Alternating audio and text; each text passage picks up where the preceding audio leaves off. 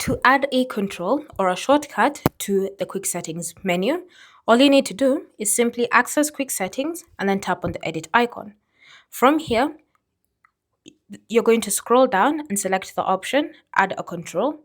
And then you can see all the controls that you can add. Based on the apps that you currently have installed, you should also be able to see controls for that specific app. So all you need to do is simply go ahead and find a control that you wish to add. Say for example Shazam, and you're going to select it.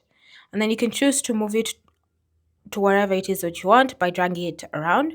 You can use the handles to increase the size of the control to your liking. And then you can also choose to move it up and down according to your preferences. When you're happy with how you've set it up, you just tap on done. And now, when you scroll through your quick settings, you should be able to see a control easily accessible for you to use. Thanks for watching.